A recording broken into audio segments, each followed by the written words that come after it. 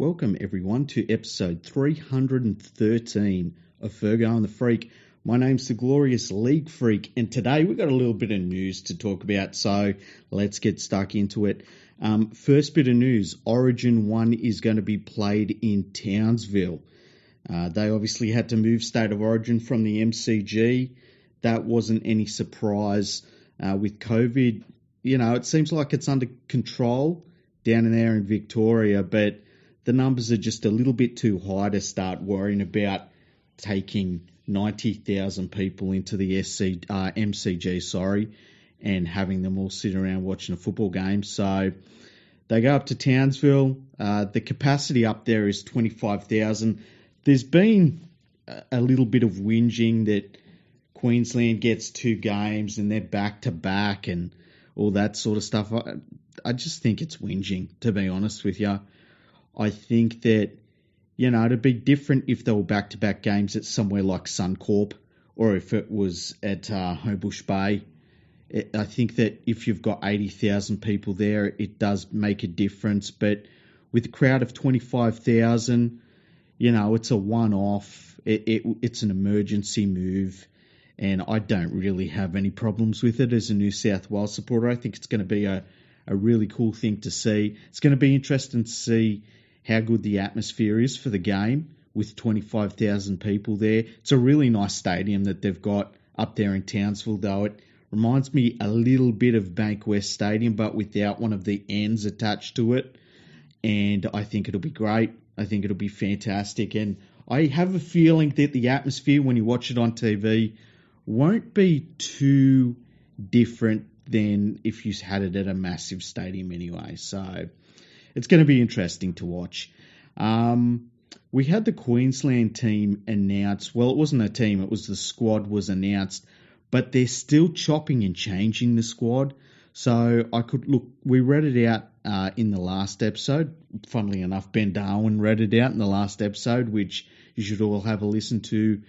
I think they're still settling on their squad, to be honest with you. I know that they've had some changes just in the last 24 hours. So, you know, as we get closer to that game, I'll start looking at the two teams a little bit more in depth. But there were no real big significant changes to the Queensland squad from what you'd expect. There were no bolters or anything like that. So yeah, but once that squad is more settled, then I'll go through it a little bit more in depth. We're still waiting for the yearly flu or stomach bug or whatever it's going to be to run through the Queensland squad. That always happens. It's always bullshit, but we always wait for it. We set our clocks to it, so that hasn't happened yet, but I'm sure it will happen soon enough. Now, some signing news. The Cronulla Sharks have captured the signature of Nicho Hynes from the Melbourne Storm for 3 seasons. I found this to be a little bit of an interesting one because Hynes is the backup fullback for the Melbourne Storm. He's a good player. He's one of those players that things seem to happen around. Every so often there's a player that'll come along and whenever they're on the field, things just happen around them. It's really weird. Braithen Astor was like that when he first came into the NRL. So Nicho Hynes, I do rate him as a player. But signing him when they've got Bubba Kennedy at the Sharks, who's been really one of the few bright lights throughout their season, I thought that was interesting. And I posted that on Twitter when I heard the news, and had about 57,000 people say, well, they signed him as a 5/8, which is fair enough. And at some point, I'm a big believer in just, if you need talent, just grab talent.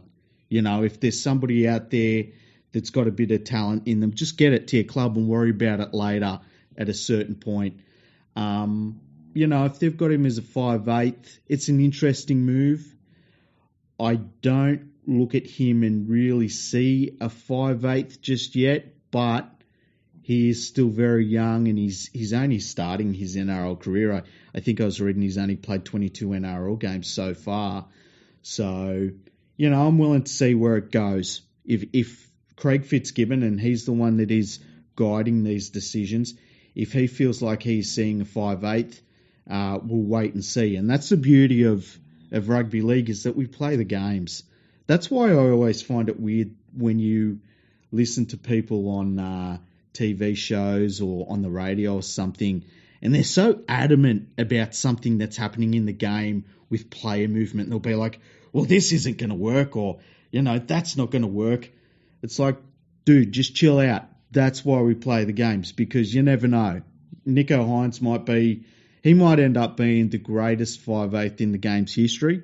We don't know. We're going to find out. So it's an interesting move for the Sharks, one that I understand, one that I'm not against. As I said, grab talent when you can. But I just thought it was interesting that they've got a player that is predominantly a 5/8, a fullback for his current club, and that their current fullback is a pretty handy player. I wonder if they will look to keep Bubba Kennedy back there at fullback, or if this is the move towards maybe telling him that he can look elsewhere, because I think he would be a really good signing for a number of clubs. Like, if I was, for instance, the Bulldogs, I would already be making inquiries about his availability today. I think he's a really handy player. He's done very well in that Sharks team, but we'll see what happens. We'll see what happens with the Sharks and with that move. Now, Danny Weidler's left ear is reporting today that George Burgess is looking to come back to the NRL, that he's had hip surgery and he feels fantastic after hip surgery, and he's looking to settle back down in Sydney, which means he could end up anywhere. That's how it always goes. His brother is still playing pretty well, Thomas, in the NRL. He's not outstanding, but he gets the job done. He's a good squad member for the South Sydney Rabbitohs. I remember a number of years ago, I thought George Burgess could have ended up being one of the best forwards in the game, one of the best front rowers in the game, just because of his size and his mobility. And it just, sometimes things just don't pan out. And he ended up going over to Wigan. When he went over to Wigan, he looked like a spent force. And so it's going to be interesting to see what club he does end up signing with, if he ends up signing with an NRL club. You just never know. I would guess that South Sydney would be front runners just because of that connection with his whole family at South Sydney. But, once again, someone like the Bulldogs might look at a player like George Burgess, just because if he can get back to his best, the upside is very good. And if you can get him on a good contract, it might be worth the gamble. And at some point, as I said, grab talent when you can grab talent. If you're in a position like the Bulldogs, I don't know that he's somebody that a team like the Sharks would look at. I think that, they've got some all right forwards in their squad that I think they would rather allow to progress in their careers. But yeah, I found that was interesting that he was going to come back, or he wants to come back anyway. So we'll wait and see if there's anybody in the NRL that's looking to bring George Burgess in from Wigan. Jack de Belin has been named on the bench for the St George Illawarra Dragons this weekend. They have so many injuries and suspensions and players that have been called up for Origin that they kind of, they don't have the luxury of just allowing any of their players in their 30-man squad to be, left aside. He's only played one game in the lower grades, and the only reason that I bring it up on the podcast is that it's because we haven't got a huge amount that I think the media is going to talk about going into this round of NRL games. I think it could end up being one of those things that they sort of pick up and make a giant story out of one way or the other. He hasn't played for something like 900 plus days. I think it's actually really close to 1,000 days since his last NRL game. So it's going to be interesting to see how he goes. And yeah, that's the only reason I brought it up, because I think it'll be interesting to see the reaction of not only the media but of fans to when he runs out on the field for the Dragons. In other selection news, the Parramatta Eels have dropped winger Blake Ferguson to reserve grade for their match against the Newcastle Knights. But they've kept Wonga Blake in the side, which I'm sure all Parramatta Eels fans are so happy to see that Blake has been given another chance. Ferguson, he's off contract at the end of the year, and I don't mind the way that all sides have played this out. He's off contract. The Eels obviously aren't going to look to re-sign him going forward at this stage. And, Ferguson's doing his best out there.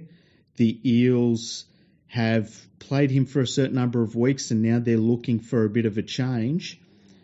I was watching Blake Ferguson on the weekend, and he hasn't been in good form for at least a year, and that's been kind to him.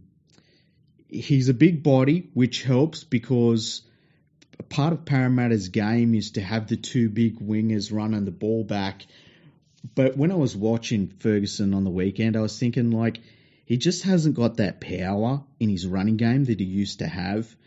And, if he hasn't got that power in his running game, it kind of defeats the purpose of having two big wingers. The other problem is that the defence is starting to fall away pretty dramatically.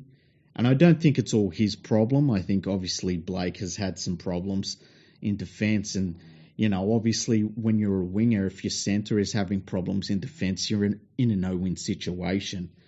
But if the Eels are looking to their future, I think the time is right to put Blake back to reserve grade, bring in somebody new, see how they go.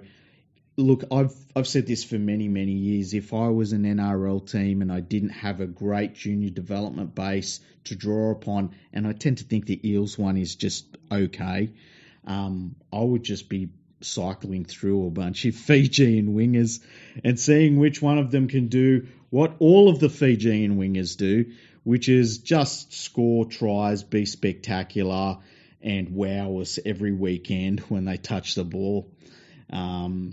So, yeah, I thought that was interesting. Where would a player like Ferguson end up? I'm not sure. There will be a place for him in the NRL. There's plenty of teams that could use a veteran winger, but he's not the game breaker that he used to be a few years ago. He hasn't got that power in his game that he had a few years ago. You're just kind of getting him in as somebody that's got a lot of experience and that can do a certain job. But I also think he's a stopgap measure until you find the player that you believe will be your winger going forward. I don't think he's the sort of player that would end up going over to Super League, but I can see where he will end up on another NRL club that's just looking for a bit of veteran talent. Weirdly enough, I could see him going somewhere like the Melbourne Storm, and this time next year we're saying to each other, wow, they got Blake Ferguson for a steal. Look how well he's going. So, yeah, we'll see what happens with Blake Ferguson's career. But at the moment, he's back in New South Wales Cup, and I don't think that's a bad move for the Parramatta Eels. As for Blake, he played for the Penrith Panthers, and Blake's one of those really weird players, and Panthers fans will know exactly what I'm talking about. He's a very good athlete, and every so often he will play a game where you'll be like, wow, is this where he's kicking on to become a real star in the side? But then he only plays that way like once or twice a year, and the rest of the season you're waiting for that player to kind of wake up and become that star. He is a little bit like a poor man's DWZ, which is not a very good review if you're Wonga Blake. DWZ was a little bit like that. He's got worse since he's gone to the Bulldogs, unfortunately.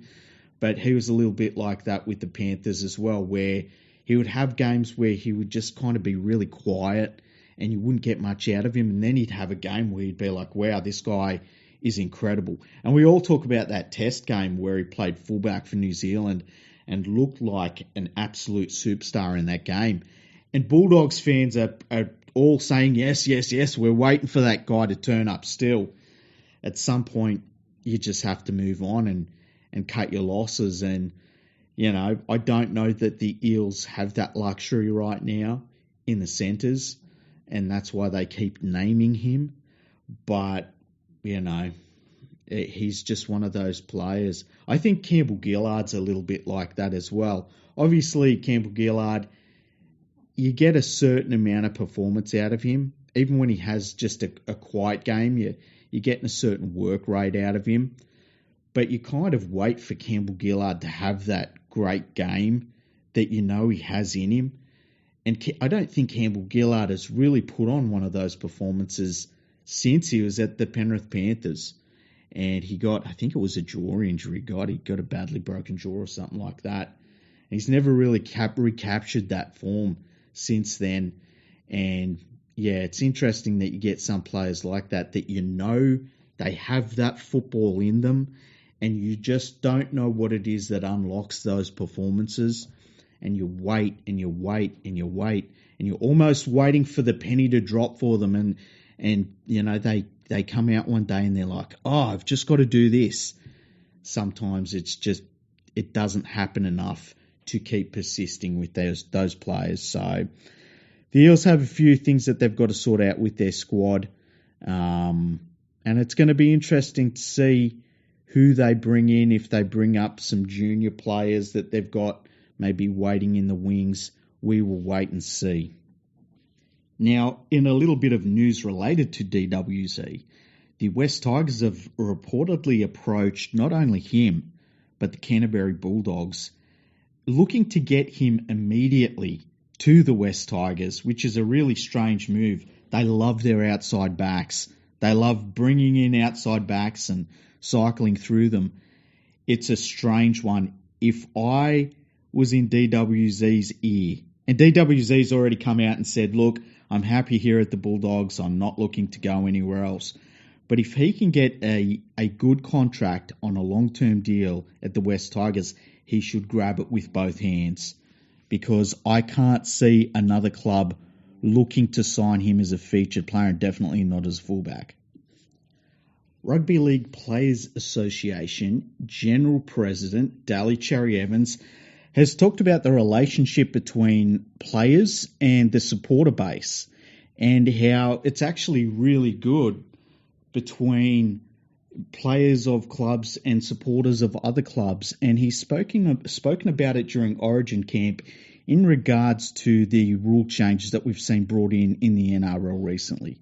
Now, I'm going to read you the quotes that Daly Cherry-Evans made, because I thought they were very measured, and I thought that they were fair enough.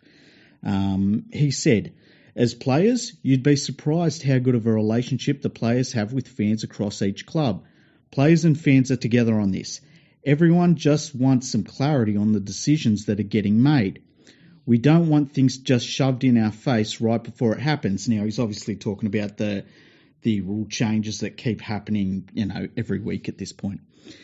He continued, now we're speaking about it. It's a perfect opportunity for the Rugby League Players Association and the NRL to come together and keep moving forward as a game and keep our product the best it can be. I think it will happen soon. I have a lot of faith in the Rugby League Players Association and the NRL to progress things. Very measured. Like, you hear that and it's not outlandish. And that's why he's the general president of the Rugby League Players Association. He's a smart person, very good with the media, Daly Cherry-Evans. Now, of course, he has been attacked by the same old farts in the media. I'm not even going to name these old farts because they don't deserve it. But there was one gas bag show where you had a couple of old men whinging about Daly Cherry-Evans, saying he needs to pull his head in because Peter V'landys is the greatest thing since sliced bread, and how dare he not kiss the feet of the messiah of the game. I think it's very funny that the players representative, the playing players representative of the Rugby League Players Association is being told to basically keep his mouth shut, that we don't want to hear from him, from a couple of old gas baggers in the media. There was another well-known whinger who said that the players would all have been on Centrelink if it wasn't for Peter V'landys getting the game up and running again. And it's funny because the further away we get from the COVID break that we had last year and the game starting again, and look, we didn't play football for 6 weeks? It wasn't that long a time. But the longer we get away from that, it's funny that they keep going back to it like it was some incredible moment where the game basically died overnight and it was resurrected single-handedly by Peter V'landys, which, just isn't the case. Anybody that has a brain in their head knows that's not the case. It was a whole lot of people that worked together. I do think that it's interesting that a lot of the same people that are attacking the players and the fans for their opinions on these ridiculous rule changes, they all work for the same overall media company, the media company that was handed money back immediately by Peter V'landys last year. I believe it was $30 million that he handed back to them, give or take a few million here or there. And they turned around and used that money to immediately buy the rights for rugby union in Australia. So that was fantastic. But yeah, it's interesting that the media will just openly at this point just say to players, keep your mouth shut. He's the chosen one. We want him in this place forever. But the tide has definitely turned against V'landys. You're starting to see other people in the media come out and speak against him, which we weren't seeing even, even about 2 or 3 months ago. It was all positive stuff for V'landys in the media.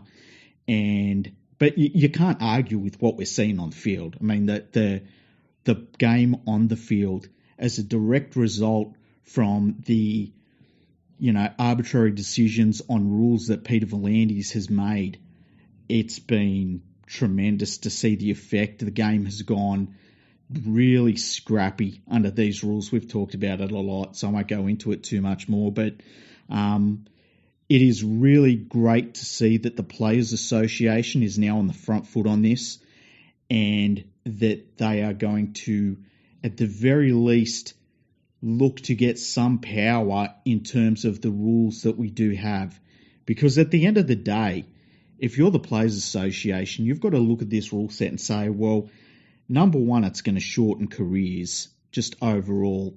Under this style of play, if you come in as, and let's say you're a 20-year-old coming into this game, you can't look at this game right now and say, I'm going to play this game for 15 years if I'm one of the elite players. You just can't.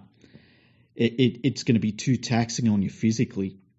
And it's going to force not only players to retire earlier, but it is going to force players to look at the alternatives, the easier alternatives where they can get more money out of the sporting career that they have ahead of them. And the Players Association knows that. They're not stupid. It's not stupid people running it. And so they're going to have a look at that. I'm sure they will go in to any meeting with the NRL and they'll take all of the injury statistics, the head knock statistics, the fatigue levels, the anecdotal evidence from players, which incredibly is being ignored for some reason. I don't know why. But I did find it very interesting that the media was just, well, not the whole media, but there were people within the media that were so aggressive and so dismissive towards players that were making a very, very good argument and players that were very measured in their response and they were attacked for it. Absolutely incredible. Absolutely incredible. And look, I think that the players need to start standing up for themselves and saying as a group, if this organisation or that organisation or even this individual or that individual keeps attacking us, not only as a group or as individual players, we've got to stop talking to them. We've got to, just not give them the content that they desire in return. And these people will blow up and say, oh, how dare you, we're the reason why you get sponsorships and people watching and stuff. And it's not the case. There's always somebody else that will do that interview, that will call that game. There's always another broadcaster, and, they try and pretend that they are all holding the players over a barrel whenever they can. And the fact is, they're all outsiders that can be flicked in a second if needed. They're not the special ones. The special ones are the players and the fans and the game itself. They're just, outsiders looking in, trying to make a living arguing with each other on TV shows. It's kind of weird. But yeah, so that's about all of the big stories that are going around in rugby league at the moment. We're going to try and get some more guests on this week. We'll see how that all goes. I'm glad that you all enjoyed the last episode with the guys from Gainline Analytics. It was a really cool episode. Could have gone on for another 2 hours. I had so many questions. And I love in episodes like that where, you will have a preconceived idea about something within the game, and the statistics show that to be right. But I also find it even more incredible when you have a preconceived idea about something and the statistics show it's wrong, because that is a learning moment, and it lets you get your head around something that maybe you weren't thinking about before. And that's the great thing about statistics. The statistics cut through a lot of bias and preconceived notions. And me and Andrew were talking about this a few months ago now. We were going to do an episode about when there's something in the game that you have an idea about or a feeling about, and at what point you change your opinion on that feeling.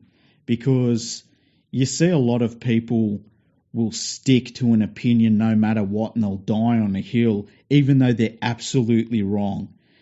And you can't be like that. You've got to change your opinion if the situation changes. The West Tigers are a really good point for this, because with the way they've been playing this season, my personal opinion was they were going to finish in the bottom 3, if not the bottom 2. I don't think anyone's going to beat the Bulldogs for the wooden spoon at this stage anyway. But the guys from Gainline Analytics, they both were like, no, we expect the Tigers to have a bit of a surge for the rest of the season, but it's going to be maybe a little bit too late to make the finals. We'll see. Can you imagine if the Tigers just got it to 9th place again? That would be incredible. But yeah, so that's why I like episodes like that. And sometimes me and Andrew will sit down, and we don't even record this. We'll sit down and we'll talk about statistics in the game, and we will try and come up with things and try and break our own opinions of the game, or try and put together something that we feel about the game and see if the statistics back it up. And sometimes they do, and sometimes they don't. I remember one time it must have been a year and a half, maybe going on 2 years ago, and we sat down and we were talking about the Immortals and the Rugby League Hall of Fame. And if there was some sort of statistical thresholds that you could set for players in terms of first grade, mainly Australian players, first grade games, state of origin games played, and test games played, where if players hit these markers, they were obviously on a different level to everyone else. And look, you can say like 300 first grade games, 20 origin games, and 20 test matches, and you're going to get not too many players that are beyond that. But we were looking for one that was more along the lines of an obvious Hall of Fame class, but one that didn't have anyone in there that we didn't feel were of that same caliber of player that would try and set the Hall of Fame class at. We started off on it, and when I say we, I basically will have ideas that I'll talk to Andrew about, and he's got all of the statistics. And we will discuss, like, what if you put this in? What if you take that out? What if you divide this value? What if what if you look at what if you get rid of the city versus country games? Things like that. And we never really settled on a level. There was always that grey area in between that we couldn't really settle on, and we didn't work on it for too long. And when I say work on it, it was mainly Andrew, but we didn't look at it for too long. But it's interesting when you use statistics like that, and you try and find things within the game, and get things lined up in the game that you maybe think you see, or that you're not sure about, or that you find you are completely 100% wrong about. And I always find that really fascinating. So that was what was so cool about the last episode. That's why I love deep diving into the statistics with, a statistician like Andrew or the guys at Gainline Analytics who are also statisticians. I always find that fascinating, and it was a really well received episode too. So I've got to thank the guys from Gainline for coming on. Really cool episode. I'll try and get them back on again when there's a moment that lines up in the game where everything sort of comes together at the right time. And as I said at the start of the last episode, it was kind of the time where we'd got past the COVID break far enough that it was kind of in the rearview mirror and things were settling back into normal. Origin was coming up, and we had the Panthers having this ridiculous season that they're having. So, by the way, with the Panthers, so many players out this week. It's going to be really interesting to see how they go against the Tigers. You look at the game, I've still tipped the Panthers because I can't tip against them. Just because they've won so many games, they're what they're doing is so extraordinary. It'd be stupid to tip against them right now. But they're missing so many players. I saw somebody on Twitter, and I wish I could remember who it was, but it was somebody I follow that said it would be a real shame if the Panthers' winning streak was broken by the state of origin. And I agree. As a Panthers fan, though, it's like, as long as the season keeps going in the right direction, the fact that we've got a winning streak, it's great, but the goal is the grand final at the end of the day. And if our winning streak breaks this weekend, it's not like, I don't think Panthers fans would be absolutely devastated. It kind of is what it is. But if they did beat the Tigers this weekend, and that's just my dog in the background, if they did beat the Tigers this weekend, wouldn't it be extraordinary that you could take that many players out of the Panthers squad and just beat anyone? That would be incredible. So we'll see what happens there. Anyway, thank you for listening to the episode. Be sure to check out leaguefreak.com, rugbyleaguepodcastingnetwork.com, rugbyleagueproject.org. And of course, if you would like to support anything that I do, you go to patreon.com/leaguefreak with no space between League Freak. You can, donate any amount of money you want, $1, $1,000, $1 million, whatever you want. It's up to you, and only do it if you can afford to. And it's it all goes towards website costs, which it's funny how much they pile up, and it goes towards some of the costs with the podcasting, which there are costs involved. If you want to support Andrew with Rugby League Project, he's part of the podcasting, and anything that he does, go to patreon.com/RL Project. And it's the same sort of thing. You can donate $1, you can donate $2 billion. We're both open to anything in between that. So it's really handy. And all of his costs, once again, they go towards all the work he does with Rugby League Project, which we all use. And obviously podcasting costs, which there's some costs involved with hosting and things like that. So if you want to donate or contribute along those lines, that's just an easy way to do it. It's like bang, done. So thank you for listening in. I'm guessing the next episode will be out maybe Friday. We'll see what happens in the game. And we'll see. I might try and get on a guest. I know I've got a couple of people lined up. I've got a really special episode lined up. It's not really a rugby league episode. It's more of just a general history episode, but it's somebody that has been on the podcast recently who went through a really incredible experience that I think would be amazing to share with everyone. And as always with our podcast episodes, because we put out so many, listen to the ones you want to listen to. Don't listen to the ones that you're not interested in. It's all good. That's why we put out different sorts of episodes, solo episodes, history episodes, guest episodes.